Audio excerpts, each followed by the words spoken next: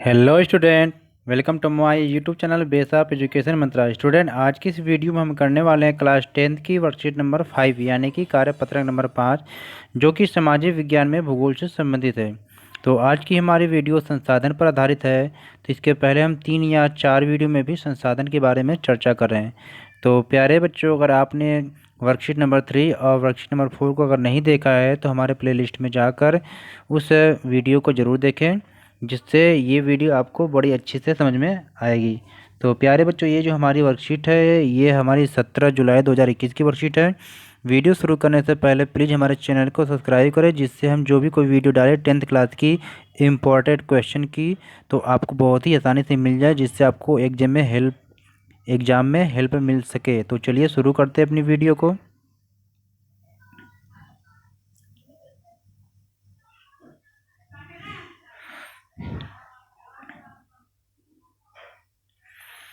प्यारे बच्चों, ये क्लास 10th की वर्कशीट है। विषय है सामाजिक विज्ञान में भूगोल। यहाँ पर अपना नाम लिखेंगे, यहाँ पर अपने क्लास टीचर का नाम लिखेंगे। ये जो हमारी वर्कशीट है ये 17 जुलाई 2021 की वर्कशीट है। तो इस वर्कशीट में हम फिर से वही करने वाले हैं संसाधन के बारे में, लेकिन आज की इस वीडियो में हम संसाधन संरक्षण के बारे में पढ़ने और समझने वाले हैं। यानी कि हमारे जो संसाधन हैं इनका हमें बचाव कैसे करना है, यानी हम क्या क्या उपाय कर सकते हैं जिससे हमारे जो संसाधन है ये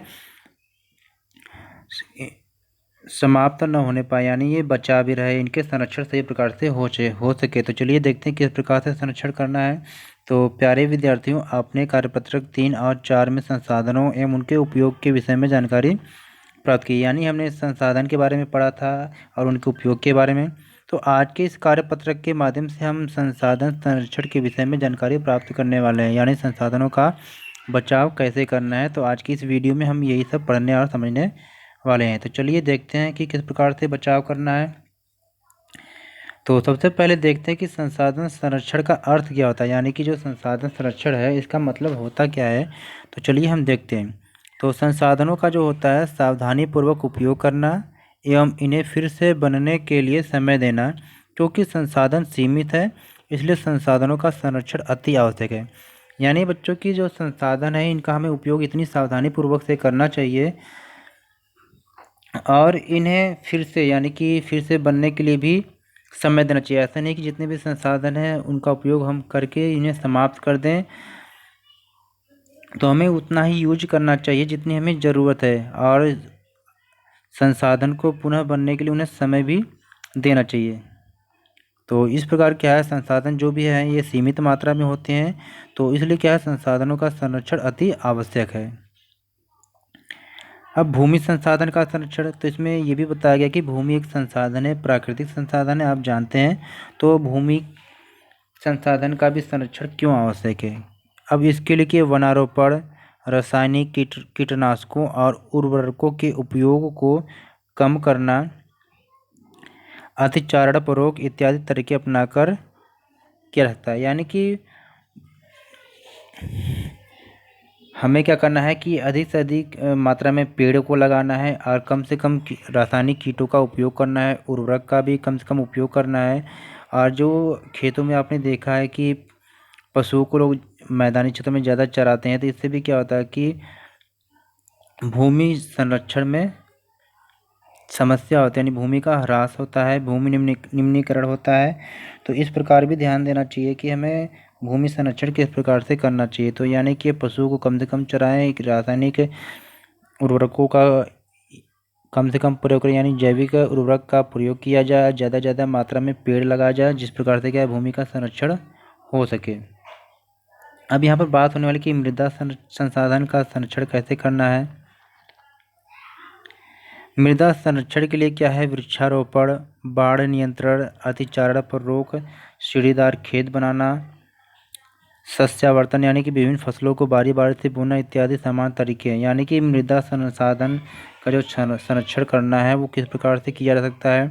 तो ज़्यादा से ज़्यादा मात्रा में आपको पेड़ लगाकर, बाढ़ नियंत्रण करके, और जो अतिचारण है पशु इस पर रोक लगाकर, और हमें खेती सीढ़ीदार खेती सीढ़ीदार बनाकर खेती करना चाहिए, जिससे क्या है कि भूमि का कटाव न हो पाए, मिट्टी न कटने पाए, और एक ही ज़मीन पर हमें क्या है एक ही प्रकार के फसल को नहीं, अलग अलग फसलों को बोना चाहिए।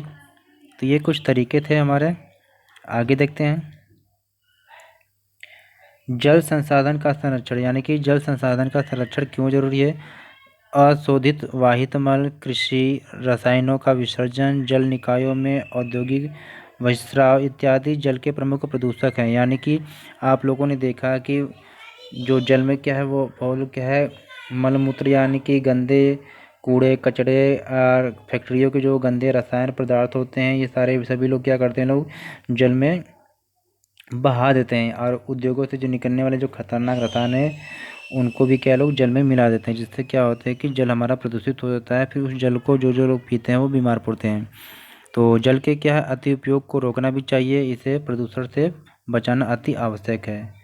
अब प्राकृतिक वनस्पतियों और वन्य प्राणियों का संरक्षण, यानी कि जो प्राकृतिक वनस्पति हैं और जो प्राणी हैं इनका संरक्षण किस प्रकार से किया जा सकता है। तो यहाँ पर आपको देखना है कि वनों के विनाश, आप देख रहे हैं कि आए दिन लोग क्या है, पेड़ों को काटते चले जा रहे हैं। जब पेड़ कट जाएंगे तो ये जो प्राकृतिक जो जीव वनस्पति हैं इनका तो नुकसान होगा ही, साथ ही जो जंगलों में जो रहने वाले जीव जंतु हैं उनके आश्रय की यानी आवास की समस्या उत्पन्न हो जाएगी, यानी उनका भी विनाश शुरू हो जाएगा। वनों के विनाश से, मृदा अपरदन से, वनों की आग से, भूस्खलन इत्यादि से क्या होता है, प्राकृतिक वनस्पतियों एवं वन प्राणियों के लुप्त होने की प्रक्रिया बढ़ जाती है। यानी कि आप देख रहे हैं कि आए दिन आपने सुना है कि इस जंगल में आग लग गई, या मृदा अपरदन के कारण भी क्या है, वनों का विनाश होता जा रहा है। आप फिर कहीं देख रहे हैं कि जो जीव जंतु हैं ये भी लुप्त होते चले जा रहे हैं। कारण क्या है, जब उनके रहने की जो जगह जंगल है ये जब नहीं रहते हैं तो वो शहर की तरफ आते हैं, तो फिर उनका लोग शिकार भी करना शुरू कर देते हैं, जिससे क्या उनकी संख्या दिनों दिन कम होती जा रही है। अब इन्हें रोकना भी अति आवश्यक है। इसके अलावा क्या है, वन्य प्राणियों के शिकार को भी रोका जाना चाहिए, क्योंकि बहुत सारे ऐसे लोग हैं जो शौक के रूप में क्या है जानवरों का शिकार करते हैं, तो इसको भी क्या है रोकना चाहिए। अब क्या है, खनिज संसाधनों का संरक्षण, खनिज संसाधन जो है इनका भी संरक्षण किस प्रकार से किया जा सकता है। तो इसके लिए खनिजों के नियंत्रित उपयोग को बढ़ावा देना एवं इन्हें क्या है बर्बाद होने से रोकना जरूरी है। कोयला, पेट्रोलियम आदि हमारे खनिज संसाधन है, ईंधन के रूप में प्रयोग करते हैं। तो इनके स्थान पर क्या है, विद्युत ऊर्जा, सौर ऊर्जा आदि के उपयोग को बढ़ावा देना चाहिए। यानी कि जो ऐसे संसाधन हो जिनकी रिकवरी जल्दी जल्दी होती रहे, इन संसाधनों का प्रयोग करना चाहिए। जैसे सौर ऊर्जा हो गया, पवन ऊर्जा हो गया, इन सब का प्रयोग करना चाहिए। आग, कोयला, पेट्रोलियम इत्यादि खनिज संसाधनों का प्रयोग कम से कम करना चाहिए, क्योंकि ये सीमित मात्रा में इनका अगर तेज़ी से अगर हम प्रयोग करते चले गए तो एक समय ऐसा आएगा कि ये समाप्त ही हो जाएंगे। तो प्यारे बच्चों, ये थी हमारी आज की वर्कशीट, जिसको हमने बहुत अच्छी तरीके से पढ़ा और समझा। तो चलिए अब दिए गए क्वेश्चन को हल करते हैं।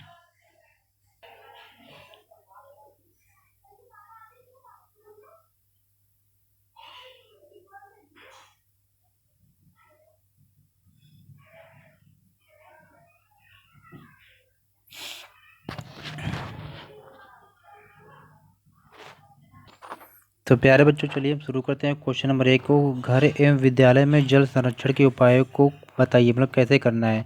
तो सबसे पहले हम कर सकते हैं कि हमें छतों का जो प्रयोग है वर्षा जल संग्रहण के लिए करना चाहिए, चाहे आपके स्कूल के छत हो या आपके मकान के हैं। उसका जो बारिश का जो जल होता है उसको क्या हम स्टोर करके उसका यूज कर सकते हैं। आप सबसे पहले कि ब्रश करते समय भी क्या अपने नल को खुला न छोड़ें, क्योंकि इससे भी क्या है हमारा जो जल है ये वेस्ट होता है। हाँ, साथ ही साथ क्या है, जब हम भी बर्तन धोएं, बर्तन धोते समय क्या है बाल्टी का ही प्रयोग करें। ये ऐसा नहीं कि आपने नल खोल दिया बर्तन धोते रहें, इससे क्या पानी वेस्ट होता है। और साथ ही समय क्या शावर की जगह क्या बाल्टी से नहाना चाहिए। पानी की जो लीकेज हो उसको तुरंत ठीक करें, ऐसा नहीं कि चलो आज लीकेज हो गया कल कराएंगे परसों कराएंगे। इससे एक टपकता नल भी क्या है बहुत पानी को बर्बाद करता है, तो इस बात का भी आप ध्यान रखें। सेकेंड क्वेश्चन हमारा है कि अपने दैनिक जीवन में जो प्रयुक्त होने वाले जो किन्हीं 3 खनिज हैं इनके संरक्षण के उपाय के बारे में बताइए। तो देखा जाए तो दैनिक जीवन में जो प्रयोग होने वाले जो हमारे संसाधन है, कोयला हो गया, पेट्रोलियम हो गया, ये सब सारे हमारे क्या है, और लौह अयस्क भी, ये हमारे हमारे क्या है, ये खनिज संसाधन है। अब इनका संरक्षण कैसे करना है, जैसे हमें रेड लाइट पर जब भी हम खड़े हों तो गाड़ी को क्या है बंद कर देना चाहिए। और हमें अपने वाहन की जगह पर क्या है सार्वजनिक वाहन का प्रयोग करना चाहिए, जिससे क्या है की ऊर्जा की बचत हो सके। और हमें क्या है, पेट्रोलियम एवं कोयला की जगह क्या है, नवीकरणीय संसाधन जैसे सौर ऊर्जा हो गया, पवन ऊर्जा है इत्यादि का प्रयोग करना चाहिए। और हमें क्या, कम इलेक्ट्रिक वाहनों का ही अधिक से अधिक प्रयोग करना चाहिए और डीजल और पेट्रोल के वाहनों का प्रयोग कम से कम करें। तो ये थी हमारी आज की वर्कशीट जो बहुत इजी थी। तो प्लीज़ हमारे चैनल को सब्सक्राइब करिए, वीडियो को ज़्यादा से ज़्यादा लाइक और शेयर करें।